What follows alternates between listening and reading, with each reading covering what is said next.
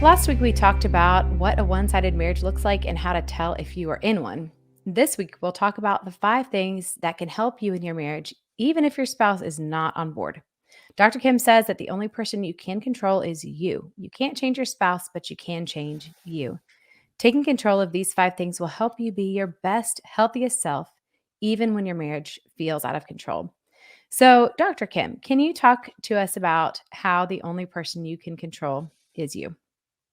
Yeah, I mean, sometimes it's a hard concept because I think we feel like because if they would just do this, their life would be better, our marriage would be better, all this kind of stuff. And you have this great deal, but you can't control your spouse. And I think the sooner that we realize that, it helps us focus on ourselves and what we can do and what God has for us to do. And so I think when I learned that my best prayer was asking God to help me be the best husband for Nancy instead of asking him to change her, Mm, that was a much better prayer. And what I think Nancy and I both learned out of that prayer is that God never will change something in me or something in her that's not good for our marriage. And so I think when you go with that confidence, it really is just saying, okay, I can't control anything, but God's got all the answers. And so I'm going to pray and I'm going to let God take that role. I can't be Nancy's Holy Spirit. She can't be my Holy Spirit. That job's taken. But mm, somebody can do it a heck of a lot better. And so mhm. I think just coming to that realization, because there's still times that I think, well, she'd do it this way. It really would be better for her, for us. The whole Mhm. thing. I can still fall into that at times. Mm. And I've got to realize, and sometimes I catch myself better than others. Sometimes I don't catch myself very well on that. Uh, and just in little things sometime, maybe Mhm. it's like, I don't know, the way she's cooking something or whatever. And I've just got to realize, dude, leave her alone. Mhm. Just let her cook that. If it burns, it burns. No, she never burned anything. I don't think she ever has burned anything. She did fix, when we were in college, my roommate and I, her girlfriend Nancy, came to fix dinner for us one night in our apartment, and they were going to do chicken fried steak and gravy. So Nancy made the gravy, and she's supposed to put, I think, like 6 tablespoons of flour in it to make Mhm. it like that. She put 6 fourth cups, which is like a cup and a half of flour. Yeah. So we had this brick of gravy. Oh, boy. Yeah, it was funny. Other than that, she's always done really good, but we laughed about that a lot after that. It was so funny because we were all so excited we were getting someone Real was home coming cooked to, dinner. Alan and I were so excited someone was coming to cook for us and all this kind of stuff, and realized that neither one would ever cook before in their lives. So, Oh my gosh. pretty One much one other cooking than, eh, one cooking disaster in 50 plus years. I'm impressed. She's yeah, doing so great. far, yeah, I know, she really did. She's Maybe it was killing good it. we got that out of the way early. Right. Yeah, Reset those expectations. exactly. So, I am curious out of your, counseling experience, do you think that many spouses or most spouses do try to change their spouse at some Mhm. point? I think so. I think it happens a lot early in marriage because I think most couples go into marriage thinking we are so much alike. We're so much alike. And then they get married and they think we're so different. Mhm. And so what do you do with those differences? And until you learn to embrace those differences or to talk through those differences, you're going to try to change them. You're going to try to Mhm. change. An early one we had was, my mom spoiled me. I mean, when I took a shower, I used one towel every day. Mm. So there's 7 towels a week, and I dropped it on the floor when I was through. No. Yeah, and I Oh thought my that was gosh. normal. Oh, Nancy didn't think that was normal. mm. And so that was one of the differences I fought that for a while. I thought, "She's just Wow. lazy. She doesn't wanna wash every day, and she can pick that up." My mom picked it up. All these things at 20 years old that go through your mind that make so much sense that now looking back, I think you're the stupidest person in the world, you know? But it's so, yeah, I think there are, and so you gotta learn how to live together, and learning to live together, even couples I've counseled that have lived together before, it is different when you're married. Mhm. Then you've got to redefine some things, and so I think you've got to learn how to deal with those differences. Either embrace them Mhm. or you talk about them. And when you don't do that, you're gonna try to change the person. Mhm. I'm gonna drop my Yeah. towel on the floor till you figure out how to pick it up. Oh my gosh. I And am I, in awe of that yeah, towel a day story. yeah. Gosh. And now it's just like normal now. Hang your towel up, use Yeah. it however many days till you Yeah. think it needs to be changed and all that kind of stuff. So, Yeah, it's funny. It's That just is amazing, funny. but, and it's, and thank goodness I was married to Nancy because if I'd married to someone that just had a, more compliant or whatever, or that wouldn't more type A, they might have succumbed to that and then resented it. Mhm. Okay, I'm going to do this for you, but I don't like it, Yeah. and so thank goodness she was able to say, let's talk about this. I don't, Yeah, I love that but because I know as you're telling that story, Nancy was not picking that towel up no, every day. No Nancy, way. no, it That's was like, nope, which is very yeah, good for me. That's why God gave yeah. me her. That's Uh, great. That's so good. And and it takes a while to appreciate that sometimes. Yeah, and I think the other side of that, my mom was always on Nancy's side, always on Mm, her side. And I early in marriage, one time I went to her with something, which I shouldn't have even then, but she said, "You're married. You got to figure this out mm. with her." And I think she's right. And I thought, well, okay, I'm not coming to you anymore. And, no, but she was right, and we had to figure it out ourselves. And so, um, yeah, and that was good. And my mom wasn't saying, Nancy, you should be picking up those towels every day, and Nancy Right. should be washing every other day or this kind of stuff. Mhm. No, it's like, no, you're married to her, and you guys are gonna figure this out. So my mom had tons of wisdom as far as Yeah. relationships. That's awesome. That's really cool Yeah. she did that. Cool. So we know now that the only person you can change is yourself. So how can that be helpful if you're in an out of control marriage? Oh, I think it helps us to focus on ourselves, to Mhm. look in the mirror, to point back at ourselves instead of at our spouse, because we can get, it's almost like when we continue to try to control or they're not responding to it, that we blame them. We tell, I'm okay, it's you that's messed up. And so I think when we really realize that, then it's like, okay, I've got to focus on myself. What do I need to do in this situation? How do I need to Mhm. handle it? What does God want me to do? And so I think it gets it back where it needs to be. The only person I can control is myself. And the only way I do that is taking personal responsibility. And that's where we need to be in our marriages. Mhm. That's good. Yeah, because no matter where our marriage is, we have to take that personal responsibility, and otherwise it's not gonna grow. No, and I feel this pretty consistently that in counseling, everybody contributes when there's a problem. Now, it may Mm. be 90-10, Mhm. or something, but usually by the time a couple comes in, they both contributed to the problem. And sometimes it's hard to help one person see how they contributed, but Mhm. usually we do. And once they do, then you can begin to heal things or make things better or do things different because you're taking responsibility. Oh, that's good. Yeah. That's really good. So, when you say that there's 5 things we can always control, what is the first thing on that list? I think people that listen to us in Marriage and African know my go-to is usually always going to be God. So prayer, Mhm. because I think when you took those vows, he wanted you to have an awesome marriage, and that didn't change. I mean, God didn't change. And so going to him, talking about your frustrations, your anger, your emotions, all those kind of things, laying those out before God and asking his help in that is Mhm. huge, and asking him to help you do what you want. One of my favorite scriptures is James 1:19, be quick to listen, slow to speak, and slow to become angry. And to me, that puts the responsibility back on me. It Mhm. also gives me a kind of a template of how I need to handle relationships. I need to listen to Nancy. I need to think before I speak. I need to, Uh-oh. you want me to do that part over? Yeah, do that over sorry, I have my phone on do not disturb and it's still coming through. Do you need something?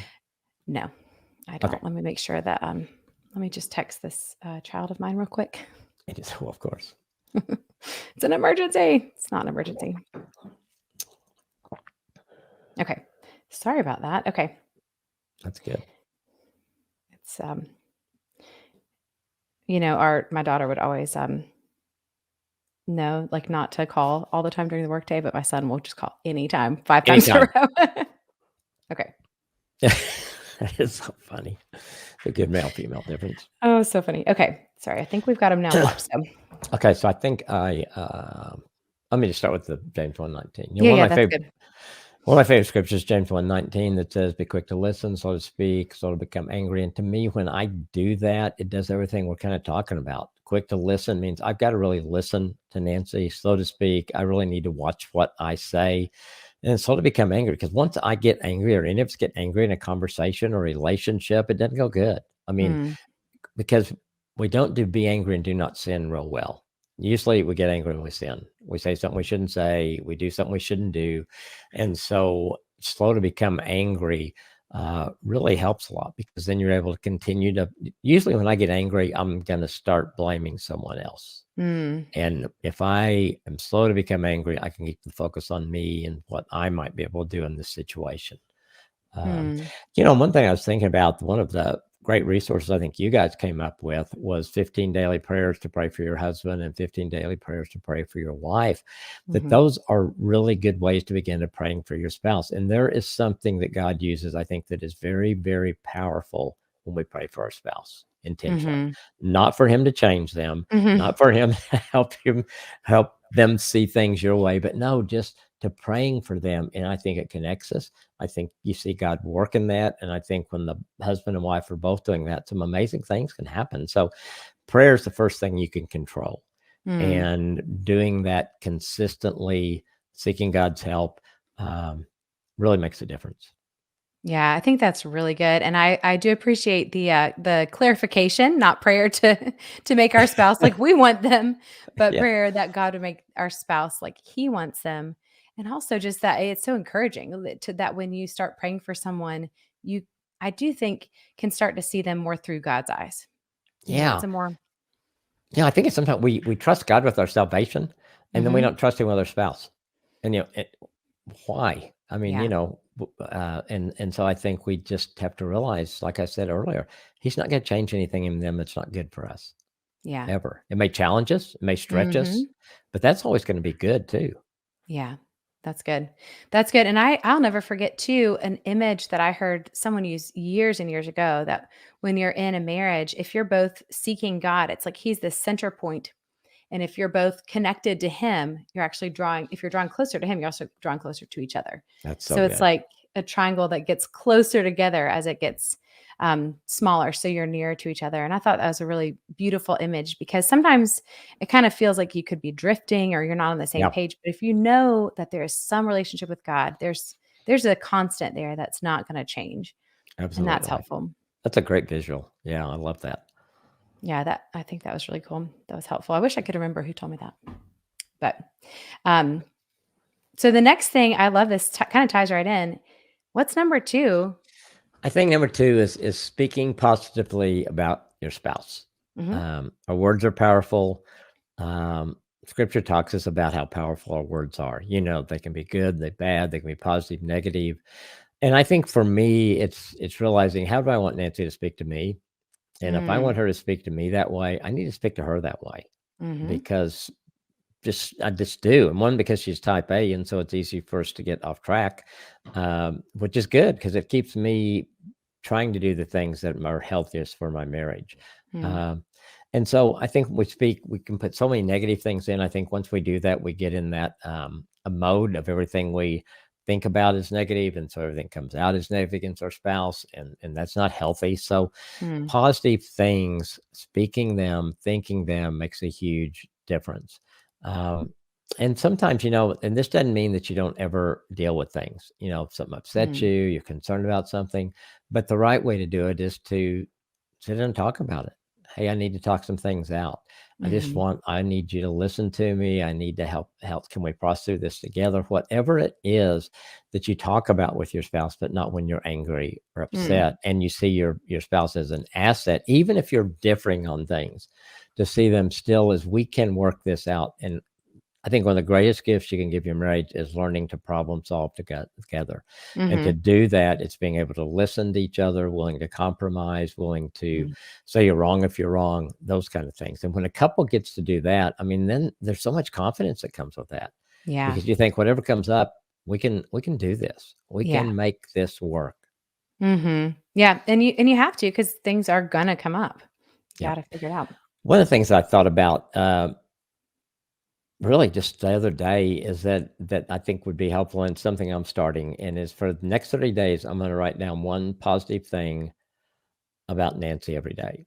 So by the end of this month, I'm going to have 31 things that are positive about her. And then I'm going to Mhm. put that somewhere where I see that every day. And I think just that reinforcement, especially if you've gotten in this pattern of of critical thinking, Mhm. that it's a really good way to begin to replace those negative thoughts with positive thoughts. And if you're thinking positive thoughts, you're going to say positive things. You're going to do positive things. That's good. That's really good. Because I think it's a hard habit to break when you're in sort of the habit of seeing negativity, Absolutely.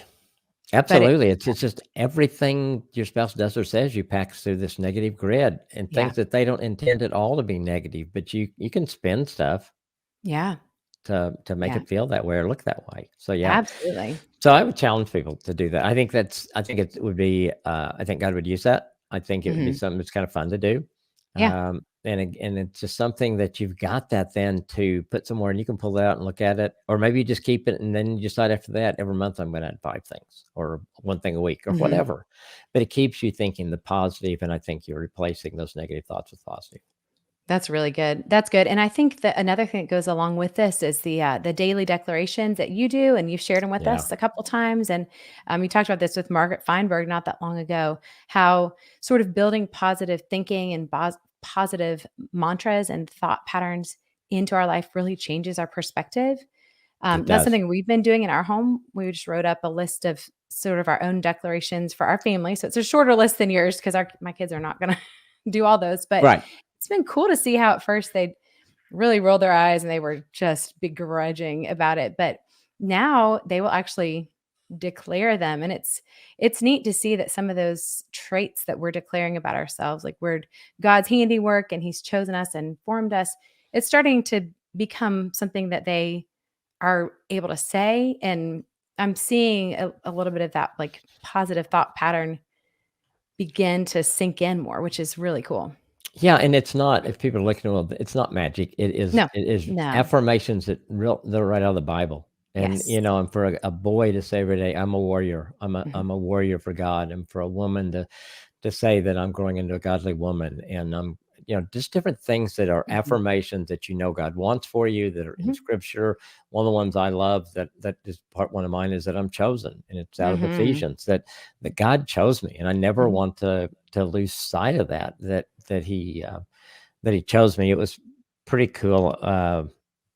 About 3 weeks ago, I got to baptize my grandson Tommy. He was 15, That's so and cool. so we did that. And afterwards, our campus pastor Jacob White, I just love Jacob. He's a great young man, and he walked over to Tommy and a couple of the boys that were there, and he just looked at him and he said, "You are warriors. You are men Mm. of God. You have made a huge decision, and God's going to use you powerfully." And I thought, oh my gosh, that is so powerful. I mean, Mhm. coming from the guy they see on the stage, that they think maybe they didn't think they even cared about him. It's hard to do because Mm. Jacob's very, very warm, but to hear that, and so I think it goes along with that. It's like just saying those positive things and speaking in makes a huge difference. Yeah, absolutely. Yeah, that's really good. So I love that those are just really simple ways to start that kind of trend Yes, or that new habit. That's good. absolutely. And that's something you could do just by yourself. You could do it Yeah, together. Yeah. absolutely. Yeah, Yeah. it'd be fun if you each did the 30 days, and then at the end of 30 days, compare them. Oh, See yeah. see what's on your list, and I think it should be very encouraging because you're putting positive things down. Yeah. That's a great challenge. I like that. Yeah. All right. So what's number 3 on your list? I've kind of alluded to that, but third thing is speaking to the potential in your spouse.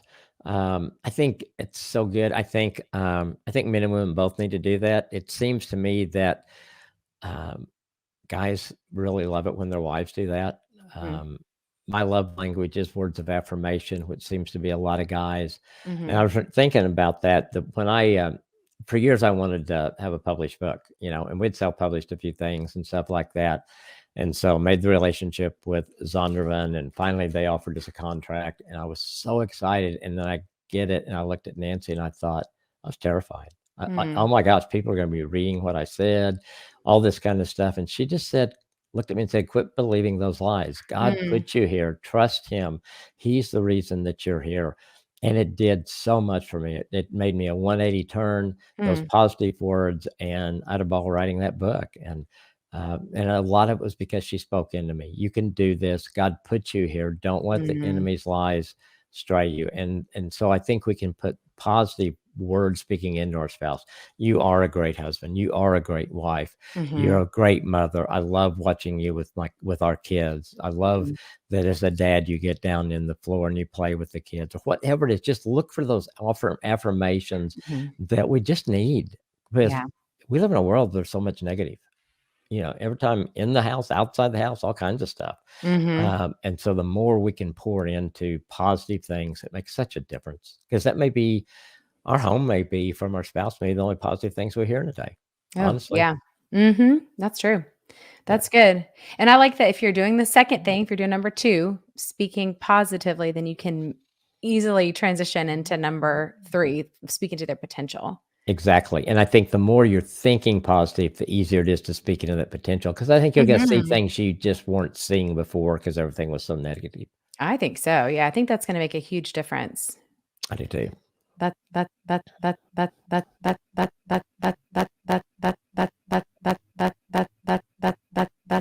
Stuck.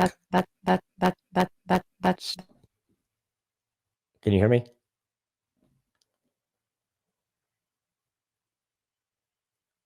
Uh,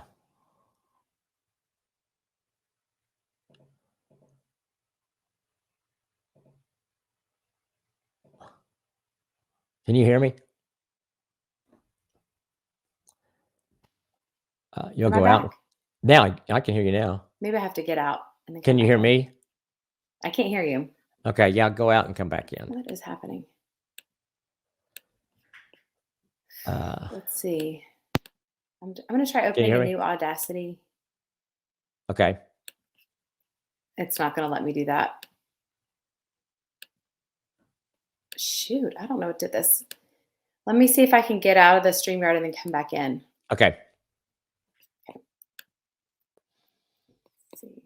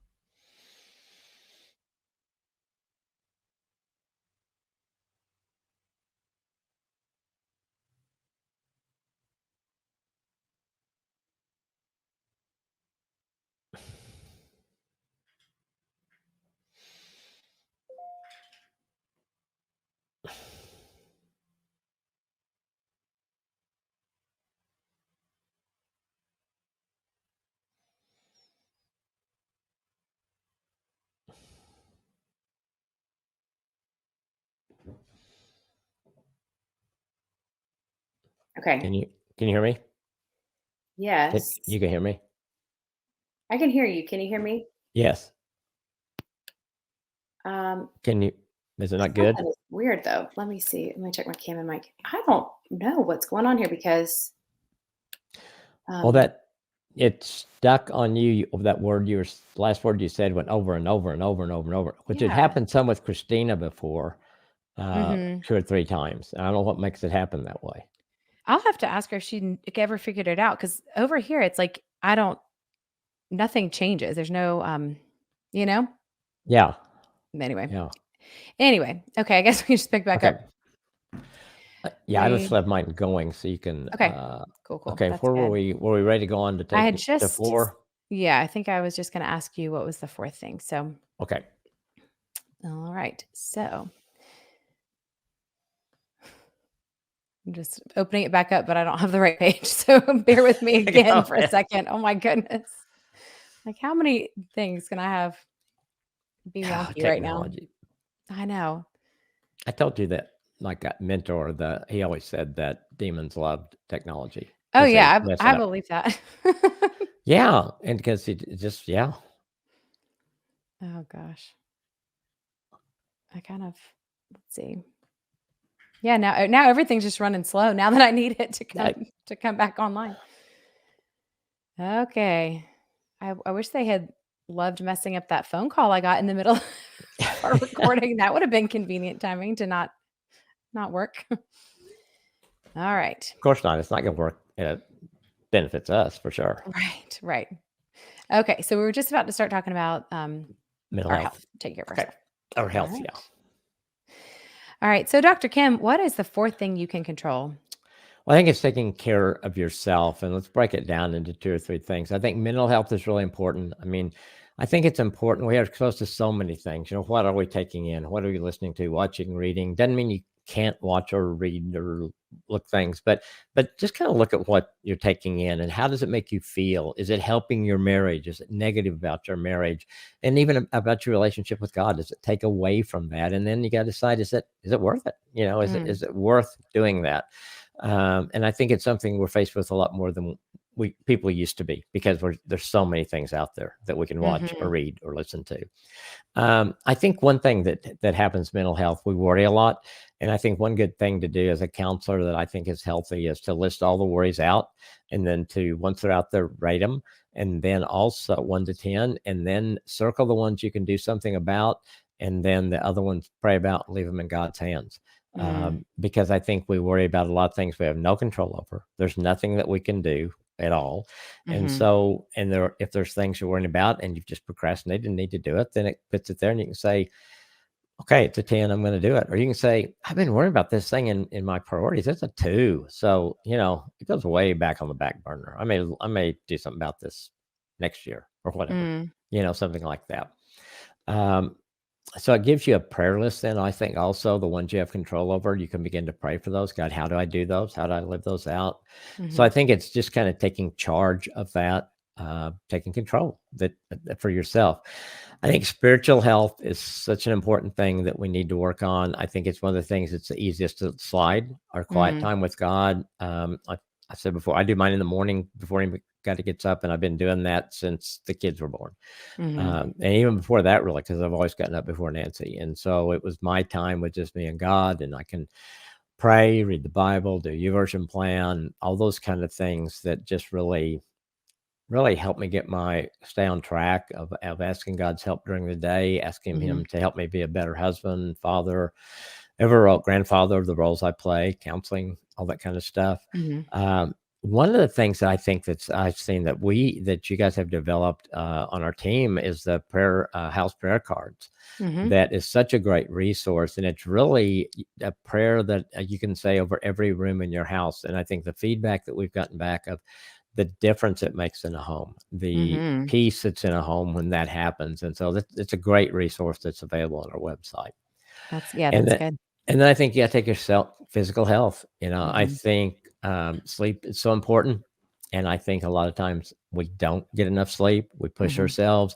I'm not very good when I don't get enough sleep. I mean, I really need to get at least 7 hours a night. Most nights I'm able to do that. Weekends, I might get 8.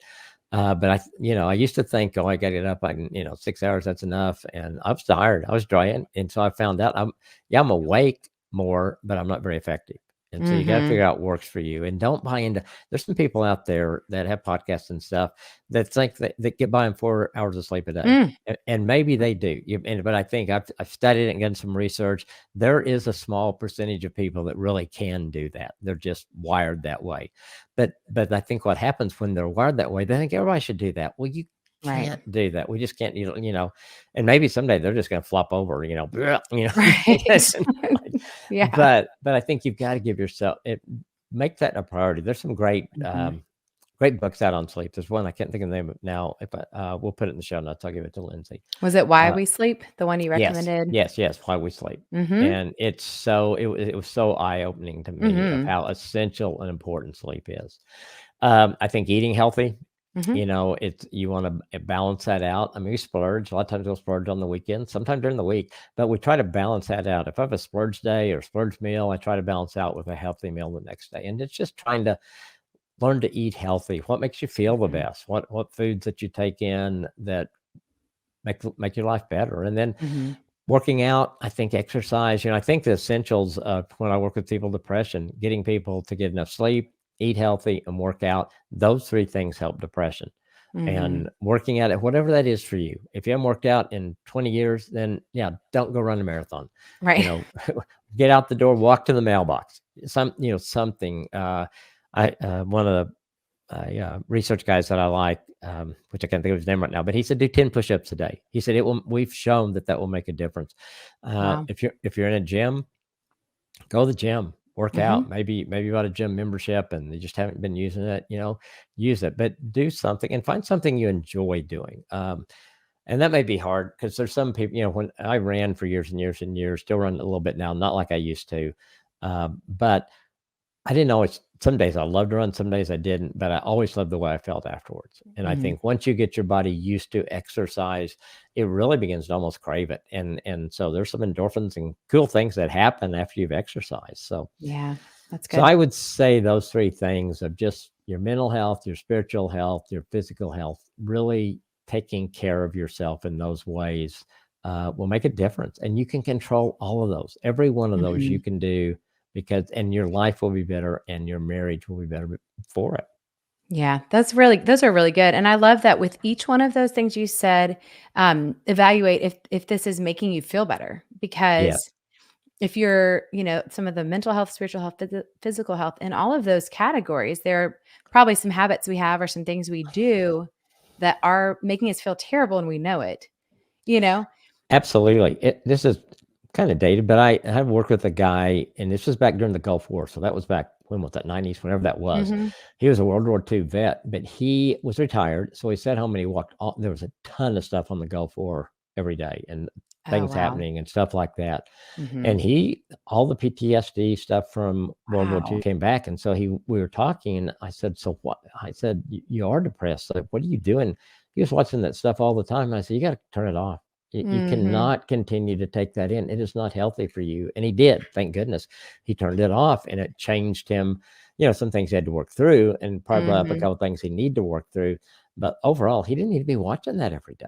It Yeah, was that sounds terrible. Oh my gosh, it was just, Mm. it was almost became an obsession with him. And so Mhm. I think we do things and we think, I'm not feeling very good. I'm Mhm. depressed. I don't like this, but I keep doing it. Well, Yeah. that's not gonna help. Yeah, no, that's not.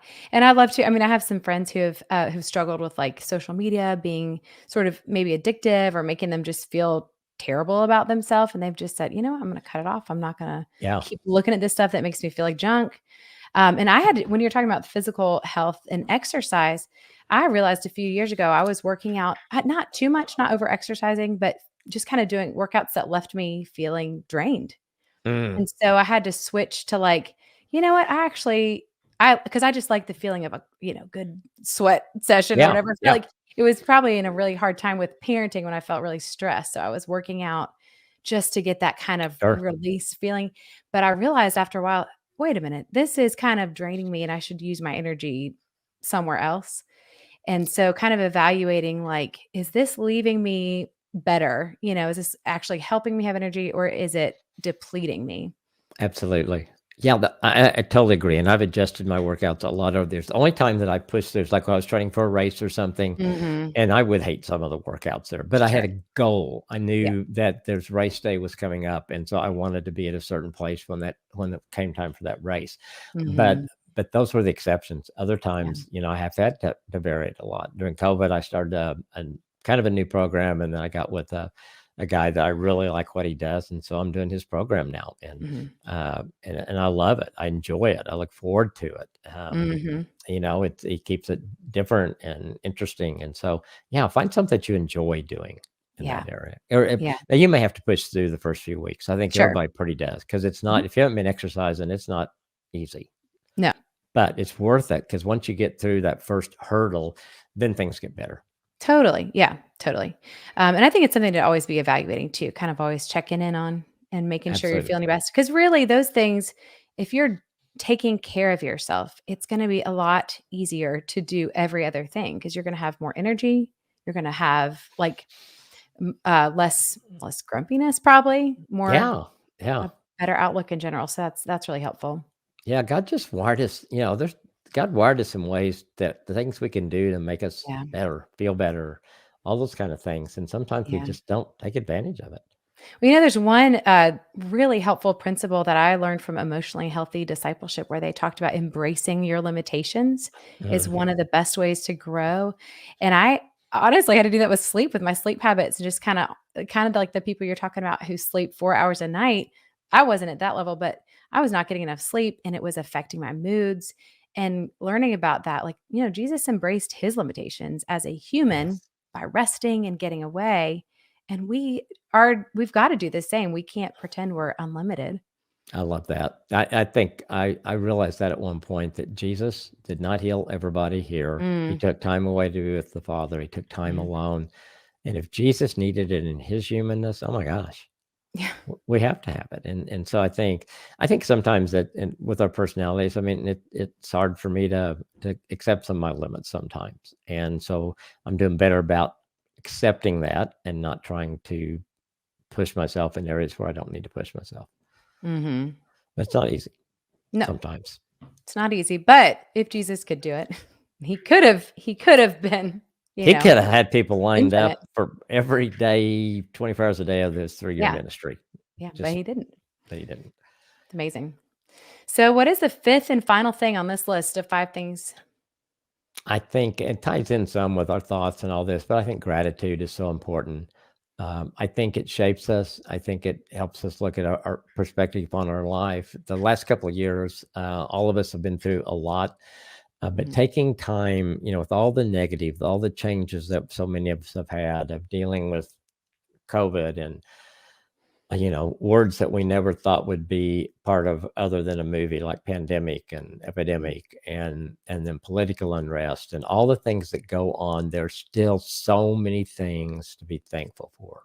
And gratitude is something you control. And so it's mhm, each day focusing on the blessings in your life and the God who gave them to you. And I think mhm, we sometimes we just go through days and we aren't thankful for anything. And when we stop to be thankful, it just changes things for me to realize, well, yeah, I'm pretty blessed. mhm, I have good health. I have a wife that loves me, and all of us have different things, and those might not be the same thing for someone else. Maybe their health isn't as good, but maybe they're grateful because of a relationship they have, or just that they can look out their window and see God's creation, or just thinking each day, what can I be grateful for? mm. And take that back to your relationship with God, because you can control that. You can control being grateful. That's a good word. That's a good word. Yeah. Um, so where can someone start if they're really stuck in a rut and just feeling worn down or discouraged? I'd go back to step one. I'd go back Mhm. to prayer. I would start there and really, really spend the time in prayer to where God's going to speak to you. Probably not audibly. If He does, I always wanted Him to speak audibly to me, and then I think if He ever did, it'd probably scare me to death. But Yeah. probably not because He's God. But I think you'll begin to get some direction, and I would just kind of go through. What are you doing? What can you control? Maybe Mhm, what we talked about the first. You make your list of things you control and not control. Start with prayer. This positive speaking, all those things. I think just begin to work through those. Don't try to do them all in one day. Take one step at a time, and then just kind of go through that and begin to see some changes, which I think will encourage you. I think it will mhm, give you more energy. If you just like you were saying, man, I'm the same way. If I'm not sleeping well, I'm a mess. And so mhm, one of the things for you, maybe you just look at all that and say, what is the one thing that I could do today that really might start the difference? Maybe it is getting more sleep. mhm, Maybe it's figuring that out. How do I get more sleep? What I need to do this. mhm. But just taking a step forward, and I would say start with prayer and then look at some other things. Yeah, I think that's really good because you can only start with one thing at a time. No, don't try to do all this list at once and Yeah. make it a project for this year and just kind of Yeah, begin to go through it. that's good. So what final piece of advice do you have for our listeners today? Well, I think the first step is for all of us is realizing what we can control and what we can't Mhm, control, and knowing we can't control our spouse, trusting our spouse to God. Certainly, it's a lot easier if your spouse is seeking God. I think it's mhm, harder if your spouse isn't, but it's still you're not going to change your spouse. You can influence your spouse by the way you act, the way you treat them, the way they see your relationship with God, things like that. So I think it's realizing what you can and can't control, mhm. and then work on the things you can control that are going to make your life better. And you'll just see a difference. You'll see a Mhm. difference in yourself, and hopefully your spouse will see a difference, and your marriage will be different in some really good ways. Yeah, that's good. That's really good. I love that you've given us a lot of really good, tangible things we can do that we can just start right where we are. Right. For anyone who's subscribed to our podcast emails, we give a whole set of homework application questions based on each episode in the email. So if you're not subscribed, subscribe to that today so that you can get these all written out in a tangible format ready for you to take and apply and work on. Because we give some great bonus content there that could help you take what you're hearing and put it into action. Yeah. Um, yeah, so I would definitely encourage anyone to make sure you sign up for that today. We'll have the link in the show notes always. And if you like our podcast, please just go ahead and leave a rating and review of the podcast wherever you listen to it. When you do that, it helps other couples to find the show so that they can start working on building an awesome marriage too. So join us again next week as we're going to be talking about how to set appropriate boundaries if you are in a one-sided marriage. If you need anything at all, don't hesitate to reach out to us. You can email us at info@awesomemarriage.com because we love to hear from you. Have a great day and do something awesome for your marriage today.